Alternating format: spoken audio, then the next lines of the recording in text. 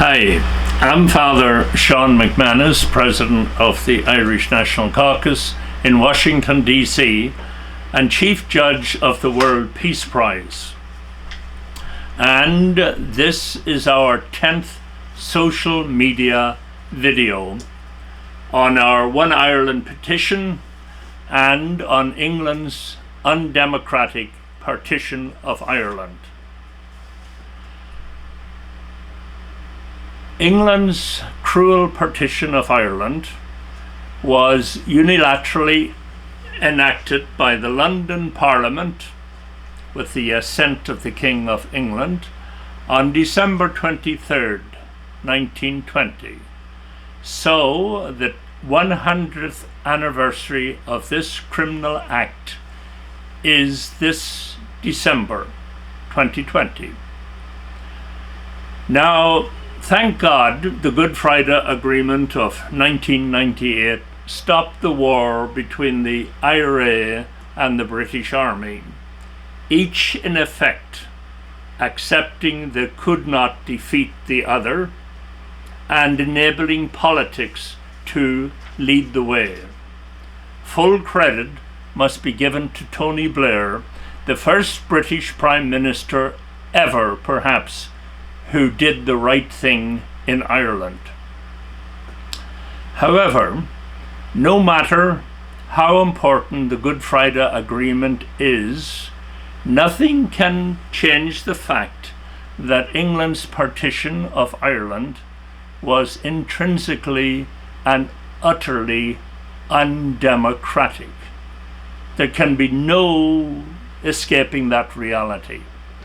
Furthermore, the Good Friday Agreement accepts the fact that Ireland can be reunited when the majority of people in Northern Ireland vote for unity in a border poll.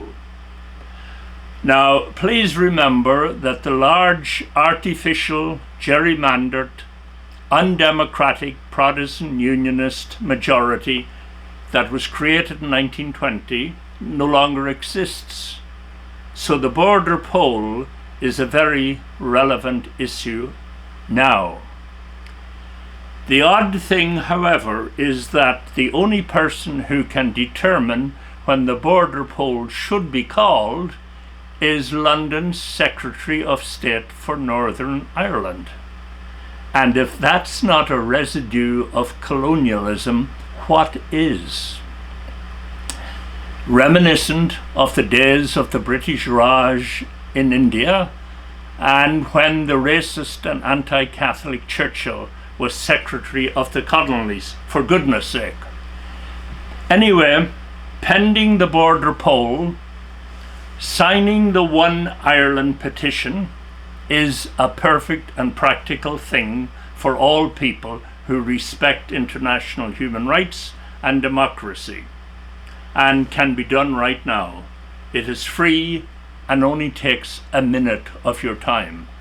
Our splendid petition proudly declares Ireland too has the right to be one nation under God, indivisible, with liberty and justice for all. Meanwhile, the good news is that Joe Biden, President-elect, is a dedicated Irishman and a true friend of Ireland. He has warned the London government that there will be no trade deal with the United States if London harms the Good Friday Agreement. And Vice President-elect Kamala Harris is a proud daughter of India, a country that has always been close to Ireland. Indeed, Ireland's struggle for independence inspired India's own struggle for independence. I am sure that her mother, who came from India to the United States in 1958, would have told Vice President-elect Harris all about England's oppression, genocide, and forced starvation in India. Most likely, she would have told her daughter about Churchill's racist hatred for the people of India. How he incredibly declared, "I hate Indians. They are a beastly people with a beastly religion." And she probably told her daughter how Churchill ranted that Gandhi ought to be laid bound hand and foot at the gates of Delhi and then trampled on by an enormous elephant with the new British Viceroy seated on its back. I bet you will not see a bust of Churchill in Vice President Harris's office or in President Biden's office. Well, that's it. Thank you for watching. Please sign the One Ireland petition. It is posted on change.org, on Facebook, and on irishnationalcaucus.org. Please help to build up the beloved community as taught by Blessed Martin Luther King Jr. in one indivisible, united Ireland.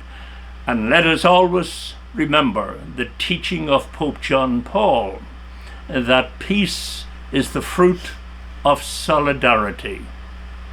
God save Ireland. Thank you.